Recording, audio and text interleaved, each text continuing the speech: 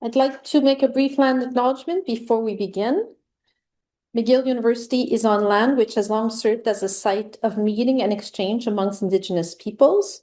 We acknowledge and thank the diverse Indigenous peoples whose presence marks this territory on which we now gather. I'd like to welcome everyone here in person and those online. Just a reminder to please leave your questions till the end, and you can enter them in the chat as well. Please answer a brief survey that will be sent to you immediately after the rounds. It will let us know that you were present today. And finally, our speakers today, we have 3 speakers, courtesy of the Division of Medical Biochemistry, and I would like to ask Dr. David Blank, the director of the division, to please introduce our speakers. Thank you. Good afternoon, everyone. As just said, we have 3 speakers today. The first one is Dr. Dick Menzies. He's a respirologist at the Montreal Chest Instituite, at the MUHC, and a clinical researcher at the Research Institute. He's also the director of the McGill International TB Centre and the McGill-WHO Collaborating Centre in TB research. Our second speaker is Dr. Pierre Allard. He holds a PhD in biochemistry and postdoctoral certifications in clinical chemistry and biochemical genetics.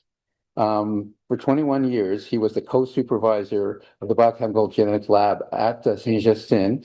And then in June of last year, he came and joined us, and he's now supervising our clinical mass spec platform. So he's actively involved in the implementation of new laboratory tests by mass spec, and that includes tuberculosis TDMs. And our third speaker will be Benoît Lemire. He's a pharmacist. He holds a master's degree in advanced pharmacotherapy from the University of Montreal, and it is certified by the American Academy of HIV Pharmacy. He works in the chronic viral illness service at the MUHC and the Quebec antiretroviral therapeutic monitoring program, which comes out of us. He is also a clinical associate at the Faculty of Pharmacy at the University of Montreal.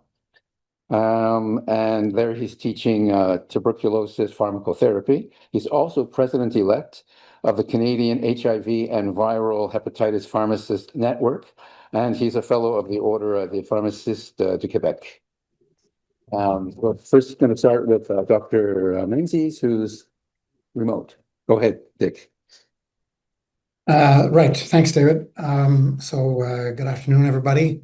Sorry, I'm not there in person. I have a course I'm teaching right after this. So I'm charged with talking a little bit about clinical aspects of what my colleagues will talk about in terms of, and basically we're talking about tuberculosis drug levels or therapeutic drug monitoring, and what are some of the reasons for that from a clinician's point of view. So first, I have no real conflicts of interest, some grants and things. So overview. So again, for my part, which hopefully will be only the first third, so I want to explain the benefits and potential role of therapeutic drug monitoring in TB treatment. So I'm going to go very briefly through the target drug levels and the therapeutic window of TB drugs, and then talk a little bit about the variability in TB drug levels. How often are TB drug levels low as opposed to high? And what's the clinical impact of low levels on efficacy of treatment? And then, of course, ending with clinical impact of high levels, where you might expect more adverse events or toxicity. So target drug levels, these are the levels. There'll be a quiz at the end, so please note the levels for each drug. Seriously, there's quite a broad range there for the Cmax, which is usually what we try to capture when we do drug levels. And the time to Cmax is also indicated. And again, there's quite a range of time to Cmax, and that bears into some practical aspects as to when you measure and when you take blood, and frankly, the fact that we often take multiple samples in order to capture the Cmax, especially when people are on all 4 of these drugs at the beginning of therapy. So therapeutic window, again, I don't have numbers, but basically the therapeutic window for most first-line TB drugs is very narrow. There's evidence, and I'll show it a little bit, of toxicity at double or triple the standard dose, so you can't go much higher. And really it reflects the toxicity of currently used TB drugs, which are way more toxic than sort of any other antibiotic that you might use. And for that, I show this slide, courtesy actually of a colleague at Denver Health. So amoxiclav, the hepatotoxicity, and again, hepatotoxicity being one of the most common, very serious side effects. Amoxiclav, quite a range in different studies, anywhere from 1 to 17 incidents.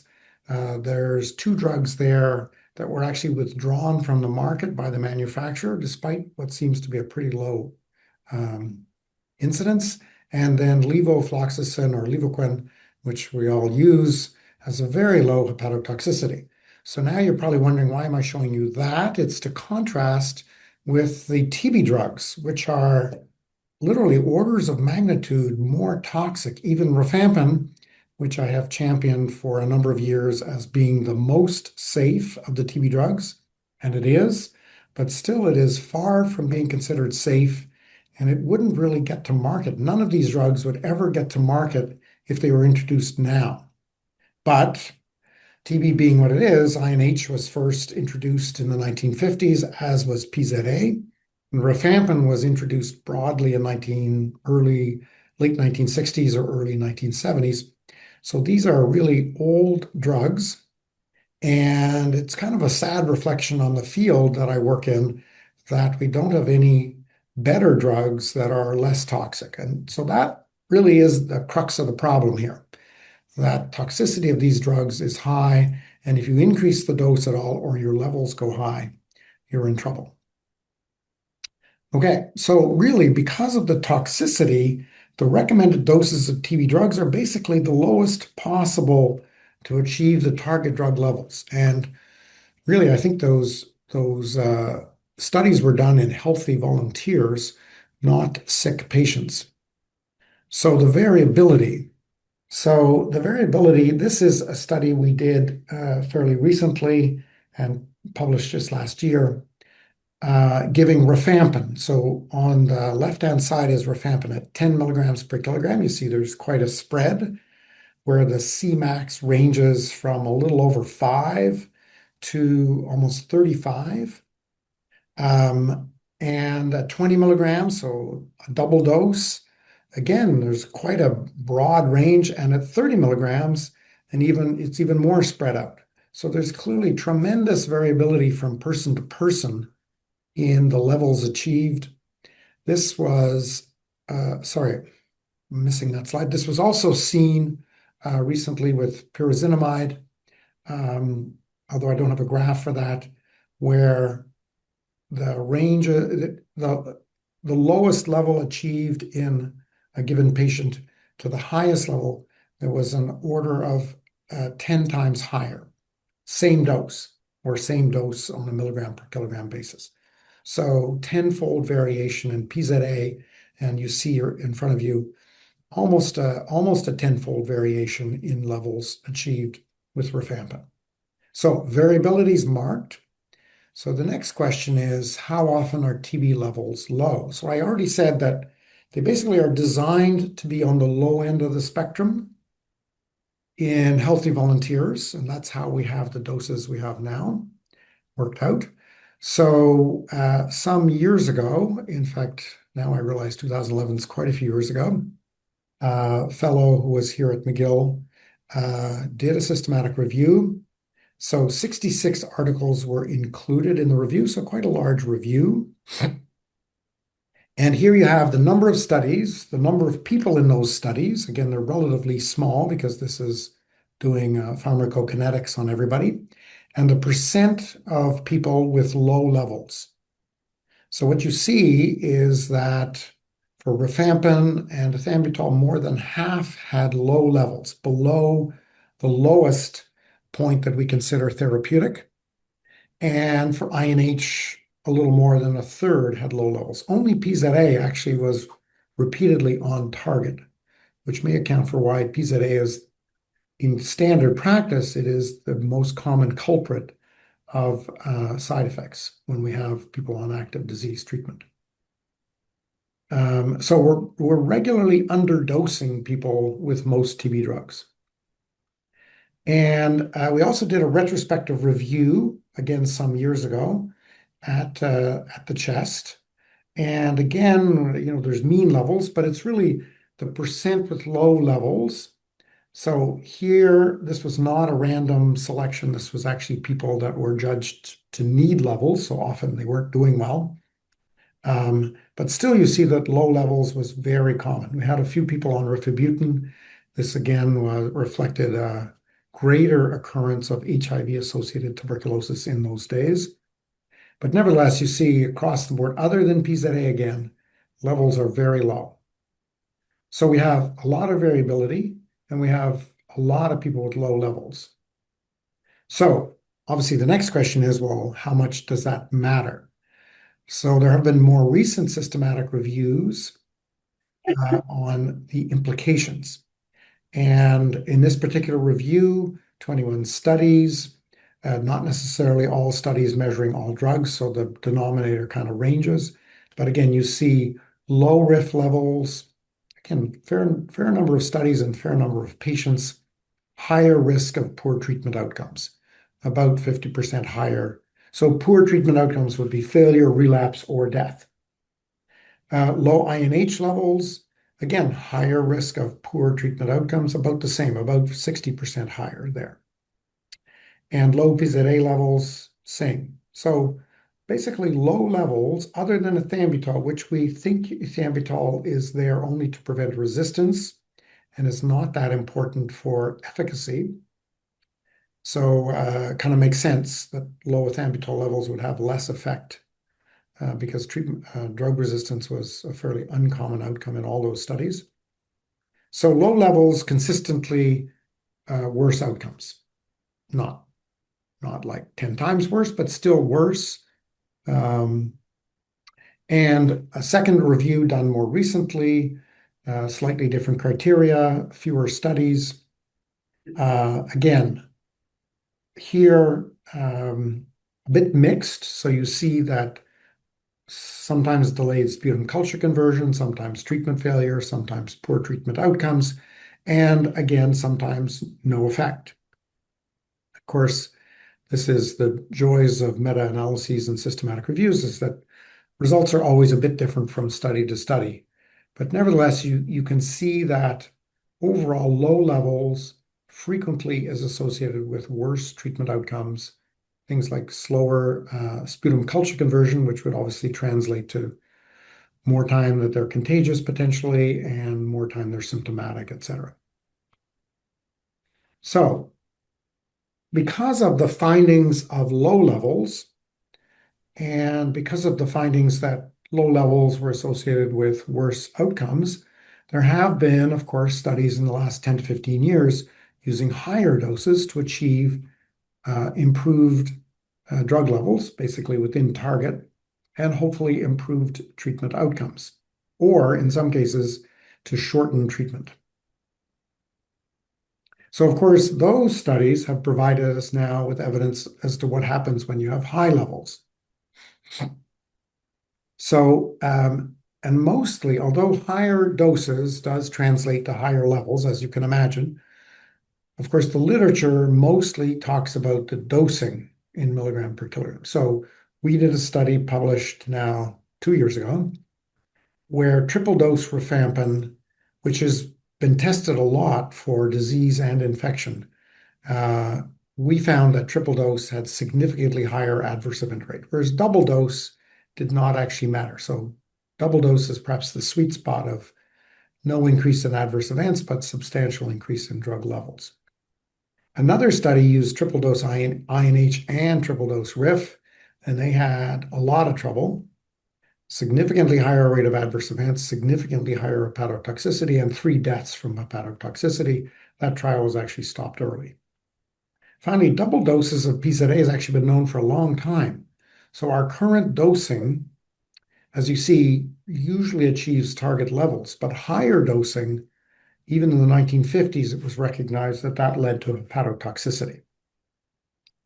Okay, so it's not exactly the question that one might have. What's if you have standard dosing and some people have variable levels, so some people have higher levels, are they more likely to get toxicity?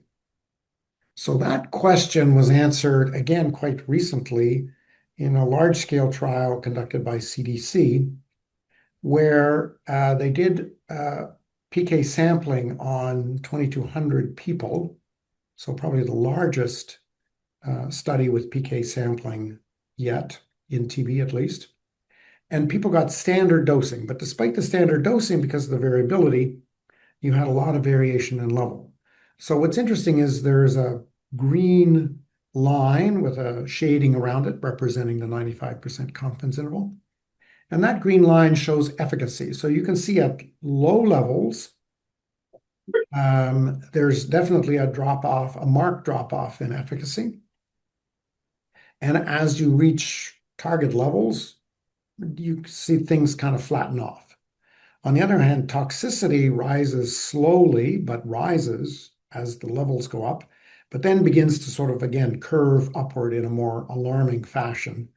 And so these authors kind of said, okay, there's a therapeutic window where, you can hit the sweet spot of good efficacy and moderate adverse events. Again, PZA is a drug that I would hope someday we're no longer using, but for now we're using it a lot. And this, again, a postdoc fellow working with me from Indonesia has done this work, again, using our own RCT data, and where we had higher dose rifampin, so we had quite a range in values. And the green is people with toxicity, so either protocol-defined adverse events, grade 1 to 2 adverse events, grade 3 to 4 adverse events, etc. And all of these adverse events were associated with higher levels, drug levels. In this case, this is the Cmax, so this is kind of equivalent to what we would measure in clinic. So bottom line, there is some really quite recent data emerging that higher levels translates to toxicity. And in the case of PZA, even within the ranges given, for standard therapy. So in summary, TB drugs have a narrow therapeutic window, much worse than many. I would say almost all, but perhaps I don't know some other antibiotics that are as toxic as TB drugs. So the toxicity is worse even at baseline. So dosing is the minimum required to achieve adequate levels. On the other hand, the variability in drug levels achieved is large. So the min to max range is 3 to 10 times higher. When measured, many patients have low drug levels, and treatment is less effective if levels are low and more toxic if levels are high. So that seems to me to be pretty good rationale to want therapeutic drug monitoring. So my conclusion is quite simple. Therapeutic drug monitoring seems valuable and important. It's frankly long overdue. And as my colleagues will say, it's hopefully available any day now. But I leave that to them, and I'll stop here. Thank you. Yes. So I'll be taking over from now. So Pierre Allard, a clinical chemist in the MUHC. So as Dr. Menzies mentioned, there would really be a need for measuring TB drugs for monitoring some patients. The problem is that there's no commercial assay available. So it's there's no company interested in developing such assay. They won't make money out of it. So it has to be an in-house assay.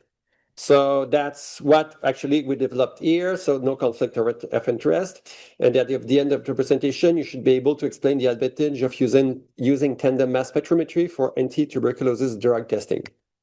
So 8 drugs. I have to say first that most of this work has been done by Denis Thibault, who was the clinical chemist before me. So he retired recently, roughly 1 year ago. So not that recent.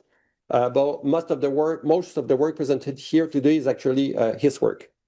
So actually 8 drugs were selected to be included in that panel. So most of them already been discussed by Dr. Menzies, so I won't go over it. But very on the laboratory perspective, so we're going out from the medical perspective, we have some challenges with these drugs. So,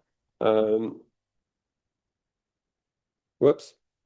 So the first set here, isoniazide, ethambutol, and pyrazinamide, are actually highly hydrophobic drugs, while the second set here, rifampicin and rifampicin, are highly hydrophobic. So having to analyze a very hydrophilic and hydrophobic, so molecules very well soluble in water or plasma, and others are not very soluble in plasma, makes a challenge to analyze all these molecules together. You will also notice, I will discuss a little bit later, the molecular weight of these molecules. So it ranges from 100 low molecular weight, around 100 grams per mole, to a larger molecular weight, 800 grams per mole. So regarding testing considerations, we have limited technical resources. So we're looking for something as simple as possible.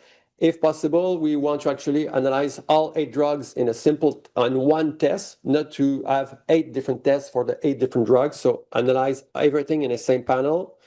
There's, as has been mentioned, there's large difference in dynamic range concentration. So some at least 10 times difference in concentration. So we need to have a technique able to analyze all these different ranges accurately. Oops, sorry.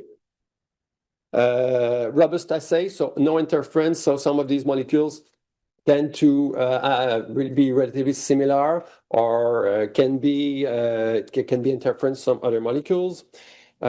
Keeping the assay the sample solubility is important. So if we have an highly hydrophobic drug, so we took the example of rifampicin, and in the lab procedure we keep staying in water or water-based solvent, we might have then a problem. That drug might precipitate, and we may have problem quantitating that drug.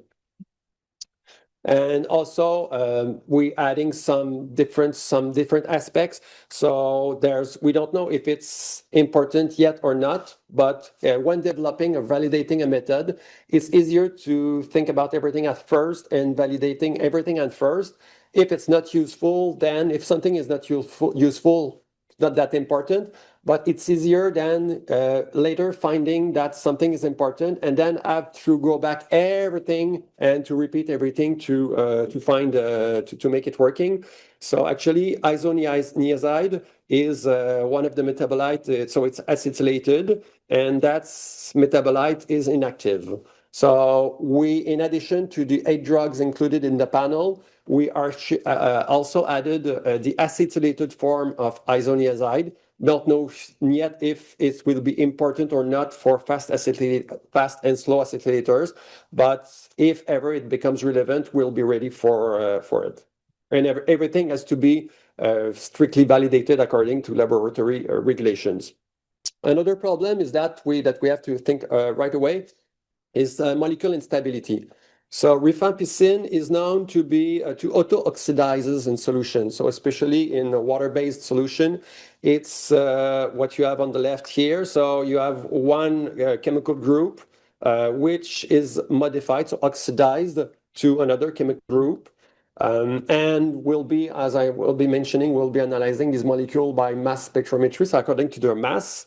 And they have different masses. So the normal or standard form has a molecular weight of 822, and the oxidized form 120. So won't be recognized anymore. And in addition, it will change the retention time in chromatography. So there's different ways that we try to do to stabilize that molecule. So we have to recover plasma or blood rapidly, treat blood rapidly in an amber tube, protect from light, and froze as soon as possible at -20, -80 in the lab. And don't wait too much to do the analysis. So if possible, within 1 or 2 weeks, not wait 1 or 2 months to do the analysis. And solutions will be prepared. Most solutions will be prepared in water-free solutions. So in dimethyl sulfoxide here, abbreviated DMSO. So we'll be using tandem mass spectrometry, many advantages. So I go very briefly here. So in tandem mass spectrometry, there are different types of tandem mass spectrometers. The clinical lab actually has 3 of them, and we'll be the type that we use is a quadruple-based technology. So now there's 8, 10, 12 quadruples. It's different, but there's like an electrophysical field which will go within the spectrometers and will allow a specific separation of masses in time. So it's say here in different electronic condition, only the red ion can go through the detector. All the other ions won't be able to go through.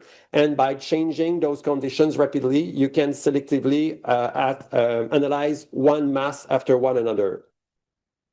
So which is represented here is that actually having the mass of the molecule is nice, but there's too many molecules having the same mass. So for fixing that problem, we're actually using tandem mass spectrometry. So it's 2 mass spectrometers, one after another. It's within the same instrument. So you have here the first quadruple, which will analyze the mother or the mass of the native molecule, so the mother ion.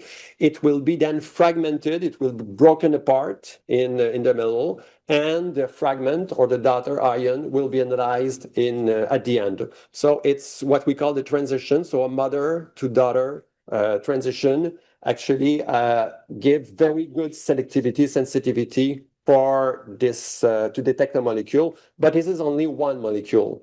So actually this system is able to analyze up to, let's say, 100 molecules, because it's not at the same time, it's one after another, but it's like 5 milliseconds for each molecule. So we can analyze up to 100 different compounds in the same analysis. So if we have actually, we have 8 drugs plus their internal standards. For each drugs, we're analyzing at least 2 transitions. So we're roughly around 40 to 50 transitions to analyze. But even if mass spectrometer is very, very good, we're still prone to interferences due to other stuff present in the plasma. Plasma is a complex complex mixture. So sorry, I go fast, but we have to use liquid chromatography before tandem mass spectrometry. So liquid chromatography is simple, a separation of molecules by chromatography.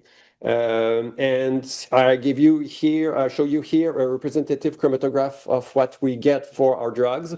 So we get the polar drugs migrating at the first part of the chromatogram, the non-polar drugs at the end, and the other ones somewhere in the middle. And we're able to separate like this most of the molecule. And also, in addition to separate most of the molecules, most of the interfering compounds will migrate. We don't see them here on the chromatogram because we're actually not looking at them. But most of the interfering molecules migrate in the first 0.5 minutes of the chromatogram. So by that way, we also get rid of these interfering molecules. So actually, a setting in a lab, this is a little bit crowded. So this is the tandem mass spectrometer, the HPLC, and this is the bench where the technician is actually looking at the results. Simple preparation overview. Very rapidly, the blood is taken, then sent to the laboratory, processed rapidly. In the laboratory, we'll do 2 dilutions, 1-5 and 1-20 dilutions using blank plasma. So it's a plasma, but commercially from which all drugs have been removed. This is to help having accurate and reliable results. Then we only take 100 microliter of sample, so it's a small volume with 300 microliters of acetonitrile with containing internal standards, centrifuge, dilute in 2 different solutions, one in water for polar compounds, one in acetonitrile for non-polar compounds, and do the analysis. So actually for each sample, we're doing 2 analyses, one for polar compounds, one for non-polar compounds.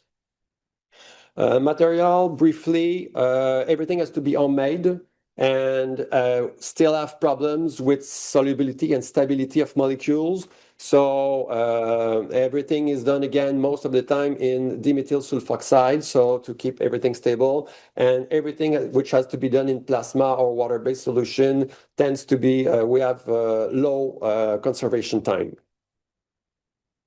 Calibration, just very rapidly. For each molecules, in addition to using the molecules as a calibrator, we're using an internal standard.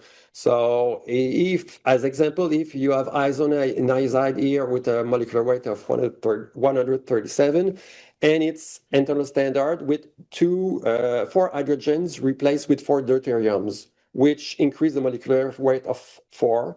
So having an radio-labeled internal standard, which actually we're analyzing exactly the same molecule.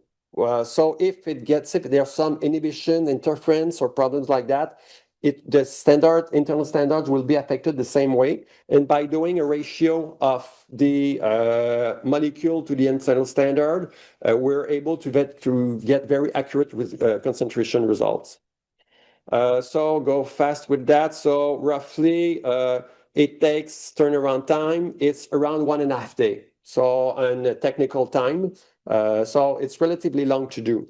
And as it's doing 1 sample at a time or 10 samples at a time, it's a little bit longer making 10 samples, but not that much. So we prefer to do batches with as many samples as possible. We're close to be ready in the lab part to be offering testing, but before doing so, I need to actually complete the validation experiments and validation documentation, which all the steps that needs to be done here. Some of them have already been done, some remains to be done. There's a laboratory technician shortage, unfortunately, which is generalized and causes problems. Naturally, laboratory technician training. This is a teamwork. So naturally, I want to thank many people.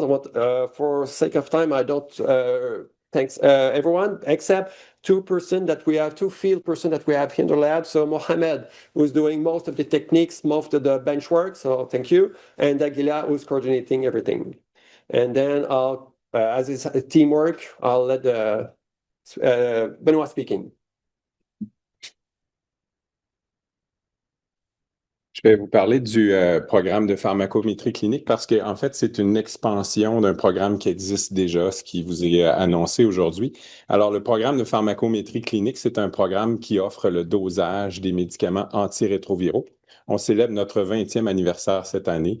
Alors, ça fait très longtemps qu'on fonctionne pour faire le dosage des médicaments antirétroviraux. Vous avez l'équipe qui est ici. Vous avez une de mes collègues pharmaciennes. Vous avez plusieurs pharmaciens qui travaillent à faire les interprétations. On a aussi une secrétaire qui travaille avec nous. Donc, c'est une toute petite équipe, mais on est en mesure d'interpréter des dosages. Donc, dans le fond, l'idée, c'est qu'on est un centre provincial, un service provincial. En 2024-2025, on a reçu plus de 300 échantillons, plusieurs analyses, parce qu'on fait plusieurs analyses sur les mêmes échantillons. Alors, ça touche un certain nombre de patients, mais pas tous les patients. Alors, dans ce cas-ci, c'était pour des antirétroviraux. Il y a à peu près une vingtaine de milliers de patients qui vivent avec le VIH au Québec. Alors, 241 patients dans un an qui ont été touchés. On ne fait pas des dosages pour l'ensemble des patients. On le fait seulement pour des patients qui ont des indications. Je vais vous le montrer. Alors, c'est ça, il y a plusieurs analyses qui se font pour le même patient, le même échantillon. C'est une des forces de notre programme. Quand on compare avec des programmes qui sont faits ailleurs, les programmes demandent un échantillon par médicament testé. Alors, vous imaginez un patient qui a la tuberculose va devoir avoir 4 échantillons. Si on veut faire plusieurs temps post-dose, ça pourrait même être 16 tubes qu'on enverrait à faire doser, alors que nous, on va être capable, grâce au génie là, de nos biochimistes, on va être capable de faire l'analyse sur les mêmes échantillons. Alors, la provenance, on reçoit des échantillons du Québec, naturellement, c'est la majorité, mais on a quand même une certaine proportion hors Québec. On pense, parce que ça va être le premier programme de dosage d'antituberculose au Canada. On pense qu'on va recevoir aussi des demandes d'ailleurs au Canada. Actuellement, les centres envoient leurs résultats, leurs demandes aux États-Unis. Il y a 2 centres, là, en Floride et à Denver, qui font le service, mais on pense qu'on va être capable de faire mieux qu'eux. Alors, notre délai de réponse pour l'émission du rapport est à 16 jours en ce moment. Naturellement, ça prend tout, là, incluant l'envoi et tout ça. Donc, ça paraît un peu long, mais si on inclut toutes les étapes, là, incluant l'envoi puis la réception du rapport, ça demeure quand même acceptable du point de vue clinique.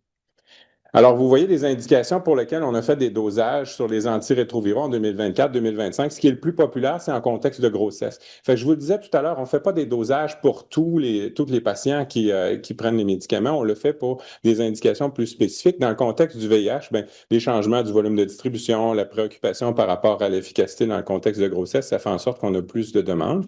En pédiatrie aussi, puis vous voyez, ça diminue un peu comme ça là, selon les différentes indications, mais vous comprenez que ce sont des patients qui sont à la marge, pour lesquels on soupçonne une différence en termes de résultats cliniques là, par rapport à la population générale. Alors, l'INES nous a accordé une autorisation. Vous avez le rapport qui est disponible en ligne, là, où est-ce qu'on avait présenté tous les aspects là, du dosage pour demander l'autorisation. Eh bien, on a obtenu l'autorisation. Pierre vous en a parlé tout à l'heure, avec différentes conditions là, pour lesquelles on pourrait faire un dosage. On a parlé du délai. Là, ils espéraient un délai entre 10 à 14 jours pour les demandes de dosage usuelles, ce qui serait probablement faisable, là, mais ça dépend beaucoup de la demande qu'on va avoir. La diapo peut avancer. Oui. Alors, je vous disais tout à l'heure, pour l'algorithme d'utilisation de l'analyse, vous voyez la flèche qui est en haut, c'est le suivi usuel d'un patient qui vit avec la tuberculose, là. Puis, normalement, ces patients-là passent du début à la fin avec un taux de succès d'environ 80 à 90 avec les antituberculeux, là, malgré toutes les difficultés qu'on a. Et donc, c'est pas dans les circonstances générales qu'on va vouloir doser systématiquement. Par contre, quand on fait partie d'un groupe à risque, là, vous voyez différentes catégories de gens qui pourraient avoir une pharmacocinétique qui est altérée, on pourrait passer par l'épisode de pharmacométrie clinique, puis éventuellement, ben, on pourra faire un dosage de contrôle aussi une fois qu'on aura ajusté les doses. Oups. Alors ici, vous avez la requête. La requête est déjà officialisée au CUSM. Elle n'est pas distribuée encore parce que le programme n'est pas encore disponible. Mais normalement, quand vous allez vouloir faire un dosage, vous allez devoir remplir cette requête-là. Vous voyez qu'il y a beaucoup d'informations à colliger. C'est parce que ce n'est pas un résultat que vous allez obtenir en chiffres. C'est une des vertus du programme qu'on a, c'est-à-dire qu'on ne vous envoie pas un chiffre avec un range, on vous envoie un rapport d'interprétation. C'est pour ça que la pharmacie est impliquée dans le programme.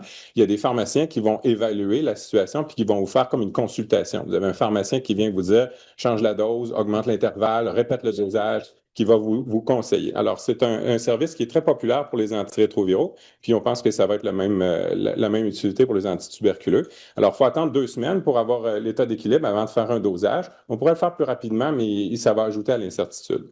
Alors, quand vous allez faire la collecte de données, vous allez nous fournir de l'information, idéalement, sur l'état du patient. Donc, vous avez toutes sortes de situations. Là, on voit des indications pour le test. Là, si vous soupçonnez une malabsorption, si vous avez une réponse lente, si vous avez un patient avec une insuffisance rénale ou hépatique, vous pourriez cocher ça.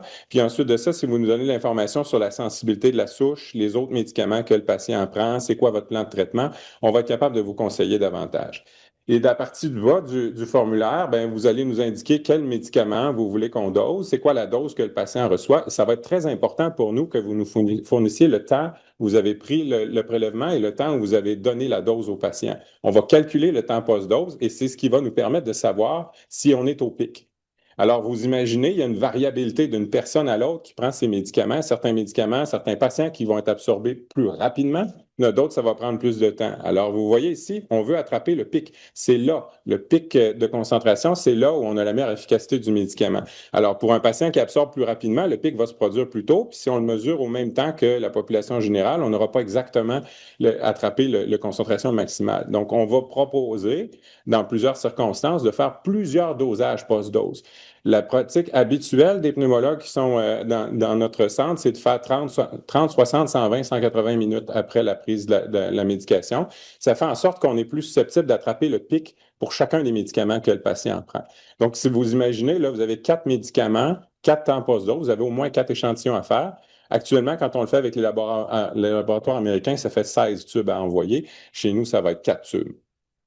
Alors, pour la majorité des antituberculeux, ça va être 2 heures post-dose, mais comme Dr Menzies vous l'a montré, il y a certains médicaments, je pense entre autres l'isoniazide, à partir de 30 minutes, souvent les patients ont commencé à éliminer le médicament. Ça va très, très rapidement dans ces circonstances-là. Donc, si on veut vraiment avoir la concentration maximale, il va falloir le répéter souvent. Alors, quand on va vous donner un rapport, ça va ressembler à ça. Je vous le montre de façon plus globale pour que vous voyez, là, ça tient avec une courbe normale. Vous avez aussi les résultats que le patient a obtenus, puis vous avez une interprétation.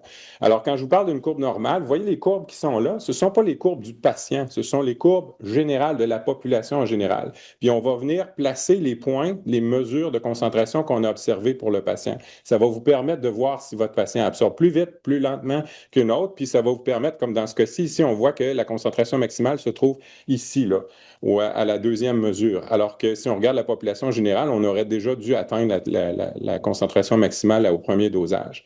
Donc, vous allez avoir cette façon-là de visualiser. Puis ensuite, la partie du bas du rapport, ça va être un pharmacien qui vous dit, écoutez, c'est trop haut, c'est trop bas, change la dose, modifie les interactions, etc. Donc, les conclusions. On n'est pas prêt à lancer encore, mais principalement, comme on vous l'a dit, à cause des problèmes de ressources humaines au laboratoire. On espère que ça va se régler prochainement. La demande n'est pas quantifiée encore. On pense que le reste du Canada va vouloir utiliser nos services aussi. On a déjà une appréciation raisonnable. On pense la demande qu'il va y avoir au Québec, mais c'est sûr qu'avec avec le reste du Canada, il est possible qu'on ait une demande beaucoup plus grande. Puis malheureusement, c'est difficile à estimer. Donc, ça complète les choses que je voulais vous présenter.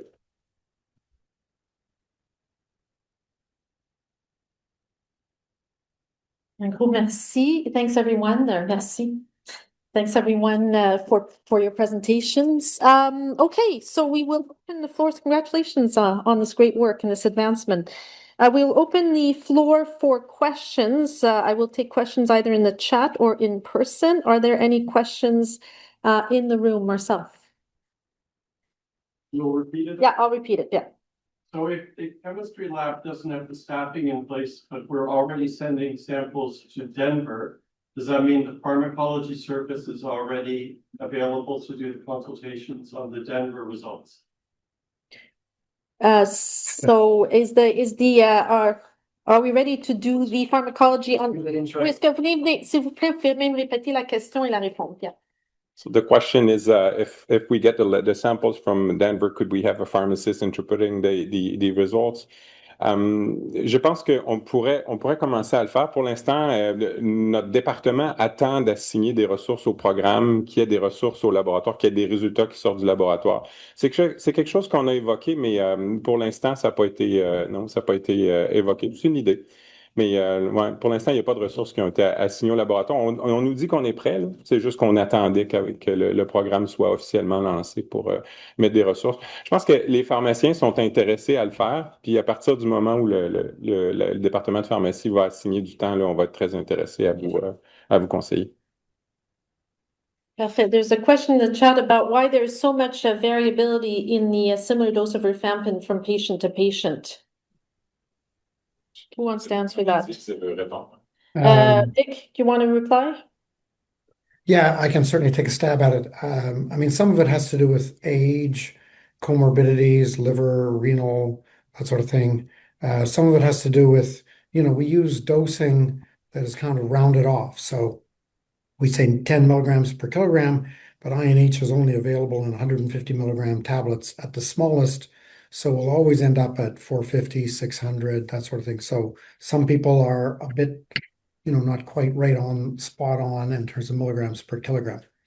Other reasons, are not well understood. I mean, there are differences in absorption that are not really predictable, differences in metabolism, again, that are also not predictable. So while you can predict that an older person who's got liver disease may have very slow clearance of INH and rifampin, you can't always predict beyond that why someone will have much higher levels than the next person.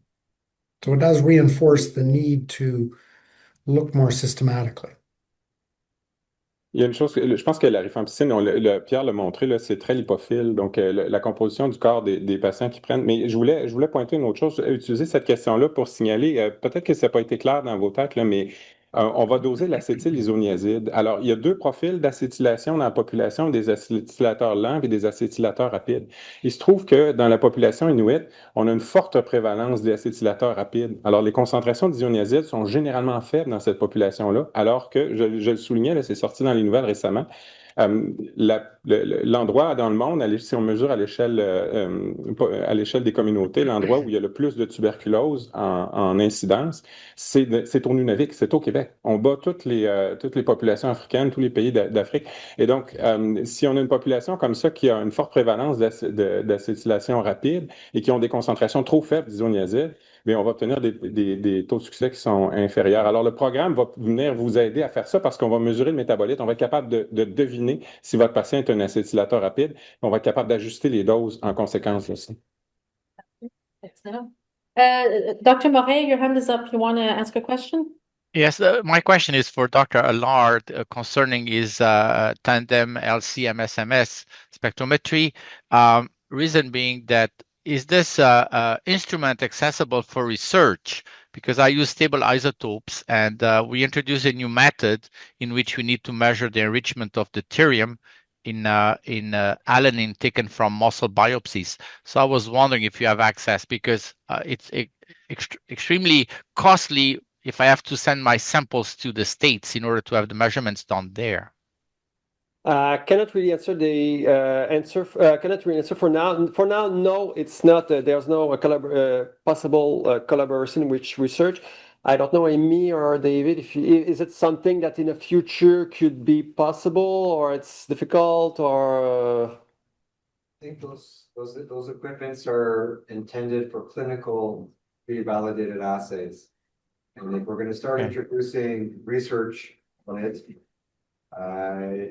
it would be a problem, especially to maintain the instruments at the quality that we need for clinical grade analyses.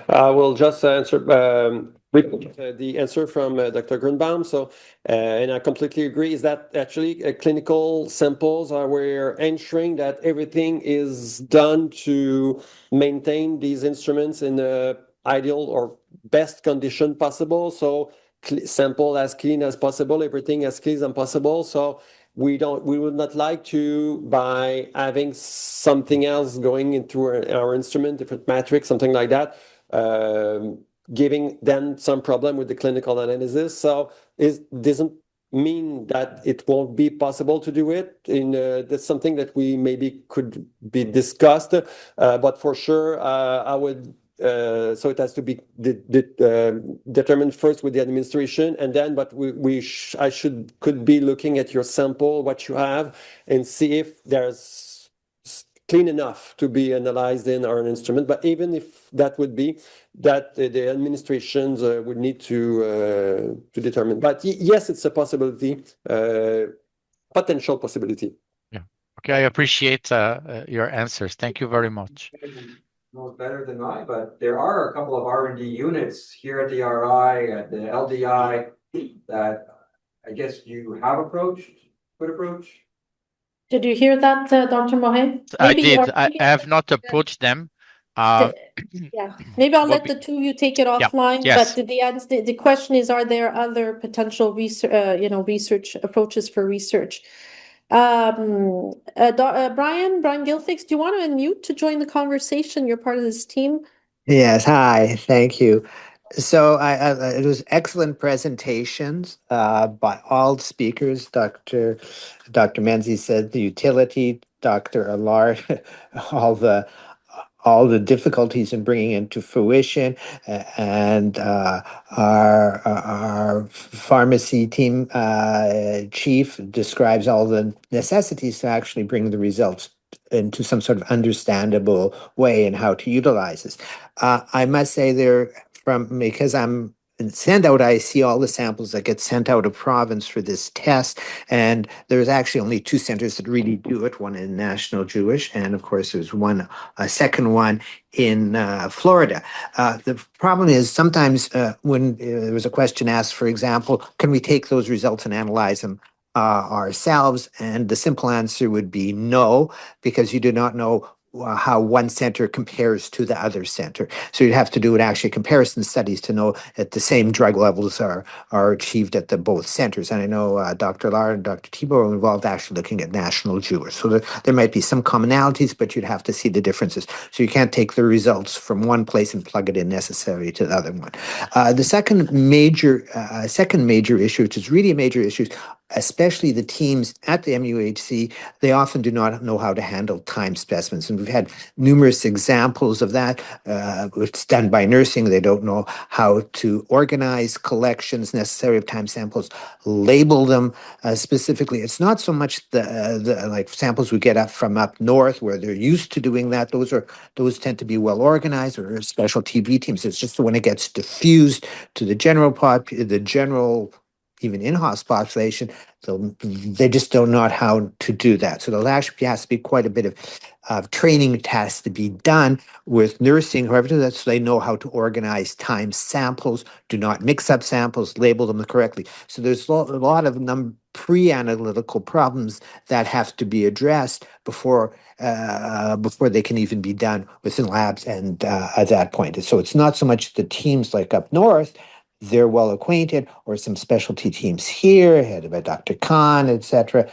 It's when you start getting more widely diffused that the problem really exists. And that's really true of all prime specimens. And I just happen to know, as Dr. Lemire mentioned something, many drugs right now, aminoglycosides, etc., there are measurements of those available, very standard. I must say, just some of the actual work was done many years ago in toxicity, et cetera, and the actual drug levels and how they compare to newer methods, but that's a discussion for another day. Thank you. Thank you very much for your input, Brian. David Rosenblatt, did you want to join the conversation? We have a few minutes left if you wanted to unmute.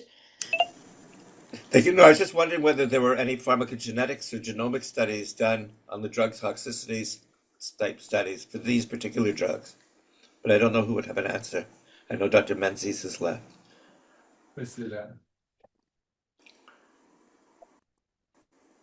So the main one, I think there is sensitivities that we could anticipate from some of the drugs, but it's mostly getting back to what I was saying with INH. So if you have a slow metabolizer, you're probably going to have more toxicity because that person's going to accumulate this INH. So slow metabolizers are not a big issue in Quebec. You would get that from the North Africa region, for instance. So we do have a few patients, but our most la population qui nous préoccupe le plus, c'est la population du Nunavik en ce moment, avec les acétylateurs forts. Makes sense. Makeda, yes. Do we test for that? Oh, sorry. Yes, go ahead. Do you have another comment? Just a follow-up. So do we test for slow metabolizers before people are put on drugs, for example? Donc non, actuellement, on n'utilise pas le test génétique pour ça, mais c'est l'idée du dosage qui va être intéressante, c'est-à-dire qu'on va pouvoir, à partir de la proportion de métabolites, on va pouvoir deviner sans pouvoir typer directement la personne. Dans un certain sens, c'est intéressant parce que ça nous permet de voir le résultat fonctionnel. Des fois, le test génétique ne nous donne pas toute la réponse, là, alors que là, on va vraiment voir si la personne élimine rapidement, puis si c'est parce que soit on la sous-dose ou c'est vraiment parce qu'elle élimine rapidement. Donc, je pense pas qu'on va les tester. Le test je ne sais pas si le test est disponible, peut-être que Dr. Gilfix pourrait dire, mais chose certaine, on va avoir la réponse fonctionnelle en utilisant le ratio avec le métabolite puis la molécule mère. Let's see. Dr. Summerall? I wasn't sure if I understood, but is time over MIC an important metric of drug efficacy for the anti-TB drugs, or is it just the Cmax? Alors, on a fait une revue vraiment détaillée, extensive de la littérature pour déterminer quels étaient les paramètres les mieux associés avec l'efficacité. Le problème, c'est le pratique. Si déjà qu'on doit, pour attraper la concentration maximale, on doit faire 4 temps post-dose de prélèvement. Si on veut avoir le temps au-dessus de la MIC, ça va prendre beaucoup de dosages sérieux. Puis il y a tellement de variabilité d'un patient à l'autre que ça va être difficile d'un point de vue pratique. Alors, l'exposition, le paramètre du pauvre pour l'exposition, c'est la concentration maximale. Quand on a ça, on a une bonne approximation de l'exposition d'un patient. Surtout que là, on va prendre probablement 4 temps post-dose. C'est pas une recommandation officielle. Vous pourriez prendre un 2 heures post-dose pour tous les patients, mais on pense que vous allez rater un peu la concentration maximale. Donc, il y a probablement quelque chose, ça serait meilleur, mais on n'est pas, d'un point de vue pratique, ça va être très difficile d'appliquer ça. Donc, effectivement, les données sont plus robustes là, dans les études quand on associe l'exposition ou le temps au-dessus de l'AUC. Le lien est beaucoup plus fort avec l'efficacité des médicaments, mais c'est, d'un point de vue pratique, très difficile à mettre en pratique.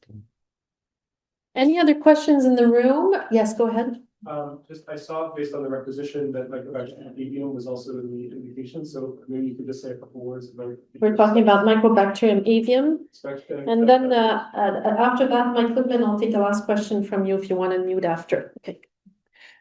Alors, on a pensé l'ajouter sur le formulaire, surtout parce qu'on utilise les mêmes médicaments et que les seuils de toxicité vont demeurer les mêmes. Naturellement, si on prescrit de la rifabutine, par exemple, les seuils de toxicité qu'on a identifiés ne sont pas différents qu'on ait la tuberculose ou le mycobacterium. Cela dit, on a fait de la recherche pour essayer de trouver des cibles pour le MAC. C'était très difficile. En fait, c'est pratiquement impossible. C'est la raison pour laquelle aussi, ce serait possible de faire une demande de dosage pour un patient qui est sous prophylaxie ou sur la tuberculose latente. Alors, si vous traitez un patient avec l'INH, pour la tuberculose latente pendant 9 mois, puis qui se plaint d'effets indésirables dont vous doutez un peu de l'origine, vous n'êtes pas en traitement, mais peut-être qu'il est en train de s'intoxiquer. Donc, on a décidé d'accepter, même si on n'a pas tellement de cibles à viser, là, on ne sait pas trop combien. Alors, pour le MAC, ça va être la même chose. En fait, on va être capable de doser tous ces médicaments-là. Naturellement, là, vous avez peut-être vu, il y a l'inésolide aussi qui est dans la liste. Alors, il a fallu tracer une ligne parce que l'inésolide, vous pouvez le faire doser à Sainte-Justine. En général, quand vous faites ça, c'est parce que vous avez une indication de maladie infectieuse, staphylocoque, etc. On ne veut pas se mêler de ça. On veut pas que vous nous envoyiez vos échantillons pour vos patients maladies infectieuses qui sont aux soins intensifs. On veut faire le ninésolide strictement dans les cas de multithérapie pour la tuberculose. Donc, ça vous donne un aperçu. Là. Mike Lippman, you want to unmute? The last comment goes to you. Last comment and question. Okay, thanks. No, it was just more of a comment in the sense that this problem, it's not a huge surprise. It took decades to show, but obviously doses, the serum levels too high, you get toxicity, serum levels too low, you don't get efficacy. And it's a problem we have with almost all the antibiotics. And it's become more of a problem with antibiotic resistance, where we're often trying to dose near trying to reach that therapeutic window in a case where we have more resistance. We have a lot of new agents that are a little bit more toxic. Yeah, it's true. We've always dosed aminoglycosides. We always checked levels. We've checked levels for vancomycin, which is also a toxic drug. But we actually don't know how to dose most of our things. We push dosing. We don't know when it's okay to be oral or not. All of that to say, is there a chance that this becomes more of a routine type of thing? And especially in the antibiotic world, is there a chance that we get more access just as a routine type of testing to see how much drug any of our patients actually has in their blood? In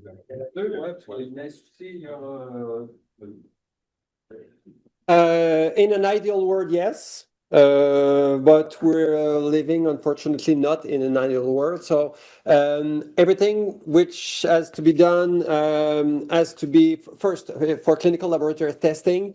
Every test has to be first approved and reviewed and approved by INES. So clinical pertinence has to be approved there. So this is the first step. If there's approval, then we have to figure out how to offer that test. And the problem is that we're already having shortages of staff, so something that the administration is working at actively. That being said, I think we should still keep going and not saying that, okay, without limitation, we won't be able to do it.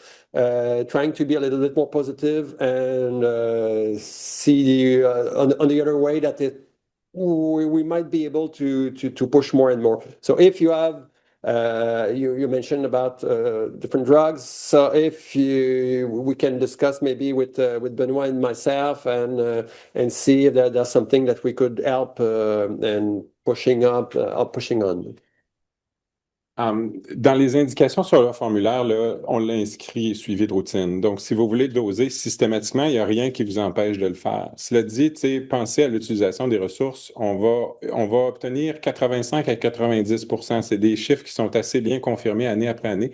On obtient 85 à 90 % de taux de succès avec la quadrithérapie d'antituberculeux. Alors, si on se met à doser tout le monde, il y a beaucoup de gens qui vont être dosés pour rien. Cela dit, je crois en ce que Dr Menzies dit, c'est-à-dire qu'on navigue un peu dans l'incertitude, puisque vous dites aussi, probablement qu'il y a des patients pour lesquels on utilise des doses trop élevées, peut-être un peu de toxicité, donc le 85 à 90 %, peut-être qu'on l'atteint dans la douleur, mais chose certaine, on l'atteint. Donc, ça va être possible si vous voulez le faire, mais c'est pas ce qu'on recommande actuellement, c'est pas ce que l'INES a entrevu non plus. Un gros merci. Thank you, and thanks everyone for participating. Thank you to our speakers, and congratulations on this great advancement happening within our own walls. So that's really great. Thank you.